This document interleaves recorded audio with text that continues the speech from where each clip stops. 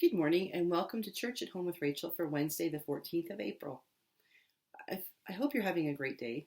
Spring is here, Easter season is upon us, and it's a great time to be thinking about who we are as Christians and what we're called to do, especially as we hope for and pray for the end of the pandemic, and then whatever experiences and adventures will be held for us, being held in store for us as we enter church land post-pandemic. This time has got me thinking a lot about my ordination and thinking about how we're called to be. Yesterday I talked to you about Archdeacon John Spencer and the plaque he gave us that said, "So what?" Today I want to talk to you about this Ordination Rock. I was ordained a deacon on May 13th of 1999, so coming up on 22 years. And prior to the ordination, even prior to our graduation, which was May 6th, those of us who were potentially to be ordained were called to go on a pre-ordination retreat because at that point they weren't sure who would get positions. We were not ordained in that diocese at that time unless you had a position to go into, and curacies were few and far between.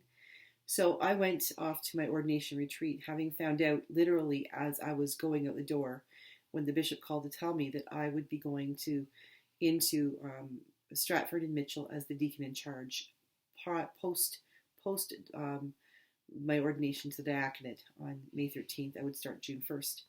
So I went off to an ordination retreat, having had that sort of whiplash moment of going, thinking, "Oh, isn't this cool? A time of discernment," and wasn't really thinking about being ordained. Don't think it had sunk in yet.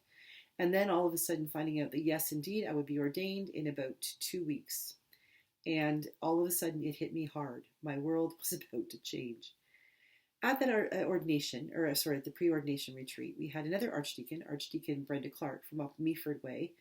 Lots of connections there. After she left, my father-in-law to be, who I did not know yet, didn't even know Rob existed. He moved in there as the priest and the rector of Meaford.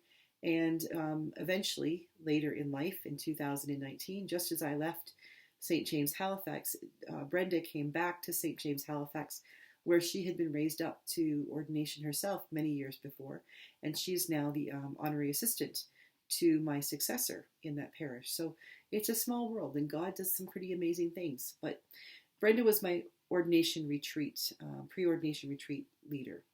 And she sent us off on the first morning with some time on our own to be silent and to pray and to look at nature and to think about things. It was a beautiful sunny day, and I went for a walk, and I was really, really like, okay, yeah, God, big mistake, not called to this, not called to be a deacon, let alone a priest in 6 months. This is, how do we get out of this? And as I was walking along, I came across a tree, and for some reason I stopped and looked down, and I found this rock. It was like this. And we're thinking, oh, what a perfect rock. It's a rock. Every rock is different. I don't know why I thought this one was perfect. But so I thought, I'm going to pick that rock up and just, carry it with me. And I picked it up, and I noticed that there was a hole in the rock right here. I'm going to stick my finger in it. There's a hole in this rock. And I thought to myself, oh, what a shame. The perfect rock isn't perfect. It has a hole in it. And then as I kept walking and holding it, it kept getting warmer. Like the longer I held it, the more warmth it had. As I kept holding it, this rock started sort of speaking to me. Didn't speak to me literally, but I started thinking, what made it perfect when you saw the other side, but made it imperfect when you saw this side? And then it occurred to me that this rock is perfect because it is exactly the way God created it to be. And then I thought, well, it's perfect not only just because God created it to be this way, but because the very thing that seems to make it imperfect makes it open. It makes it a bit of a mystery. It makes it look like there's more to be explored. There's opportunity to look inside there and see what might be hiding. Is there a fossil in there? Is there life in there? Has there ever been life in there? Maybe some ants, laid some eggs in there, or a mouse hid some food in there. Maybe that hole is the hole that says that this rock is not yet complete and can never be complete until the Creator fills the hole. Which made me start thinking, maybe I am called to be ordained. Maybe God is calling me a very fallible person, someone who's terrified of what it means to become a deacon, and even more terrified, if possible, about what it means to become a priest. maybe God is indeed calling me to these things, not because I make the perfect candidate for these things, but because I'm the perfect imperfect candidate. Because I'm terrified. I don't know what's going to happen. I don't know what God is calling me to, but I'm willing to take a step out in faith and try. I'm willing to be like this rock that has a hole in it. I'm willing to wait for God to fill up that hole. I have carried this rock with me everywhere I've gone. I have used it on retreats. I have used it in talking circles where we've been talking about difficult things. In a parish, in my parish in Halifax, when we were talking about the conversation about homosexuality and the blessing of same-gendered unions, and what would that mean for us as a congregation. This was a fairly conservative congregation, or so I thought. There were a lot of people that were very, very upset about the conversations that were happening and didn't want the conversation to happen. And yet, when we had our conversation, we sat in a circle. There were probably about 24, 25 of us. The person who was speaking could hold the rock. No one else could. They had the privilege of listening. And the person who had the responsibility of holding the rock had the responsibility to speak their truth, what it is that they believed. And so they would speak. Each person spoke what they felt about homosexuality, about the LGBTQ plus things, about blessing of same-sex marriage. Some spoke about marriage itself and the role of the church, all kinds of things. But they would say their piece, and no one would argue, and no one would question, and they weren't allowed to say, what so-and-so said, or I'm arguing with that. They could only speak their own truth. And then when they were finished, when they felt that they had spoken their truth, they then took the rock and passed it to the person on beside them, and so on and so forth. The rock always started beside me. I would explain what we were doing, and usually it would be somebody who'd done this with me before, so they could start, they knew what was happening. By the time the rock got to me, I knew what I needed to say pastorally, how to help encourage people. But I always noticed that the rock was warm. The rock was so warm. Because the hands that held this rock, and I'm going to cry, and that's okay, because I'm a crier, and that's all right. But the hands that held this rock spoke a truth that was deep inside themselves, and for some people, they didn't even realize their truth until they spoke it. And for some people, they realized the truth that they'd held so deeply inside themselves for so very many years was changing.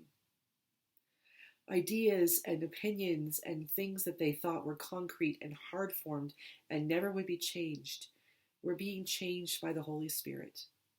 They were growing, and they were learning to love, and they were learning to see in others the very Spirit of Christ. And they were beginning to recognize in themselves the Spirit of Christ as well. And this rock would go around the circle. And by the time it came back to me, it held the warmth of all of those hearts. All of those people who trusted one another enough to be honest, to be vulnerable, and to trust that what we were doing together, we were doing together. They did not have to walk this path alone. That's just one of the many ways over the last 22 years that this rock has been used. But it has carried the heartbeat, the warmth, the energy, the very prayers of probably hundreds of people.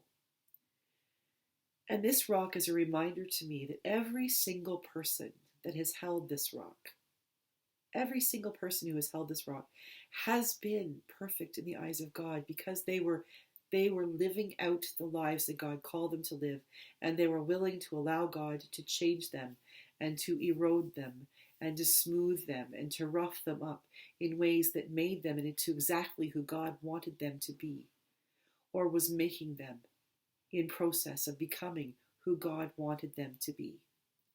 And so my ordination rock is a reminder to me that even when I'm terrified, that sometimes that fear is exactly where God needs me to be, so I can take the next step into whatever God is calling me to do. And it's the same thing for all of you. You may not have an ordination rock or a symbol that reminds you of these things, but every one of you are exactly who God has made you to be. You may not know it yet, and you may still be in process, but God already sees the finished product in you.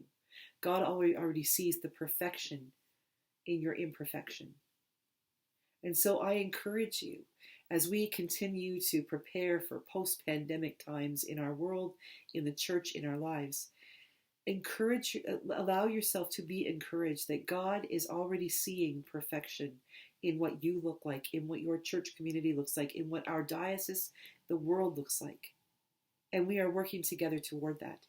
And may we have opportunity to pass the rock, to pass to each other our truth, trusting that we will honor one another's truth and accept it with integrity. Together, we will become the perfect incarnation that God has in mind for us. We won't know when, and we won't know how, but God already sees in us what God has created, even if we can't see it ourselves.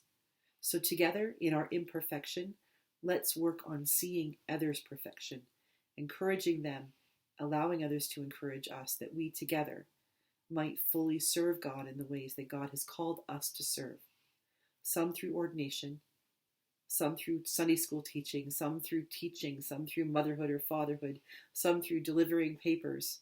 However you are called, may you begin to see the ways that God is working perfection in your life.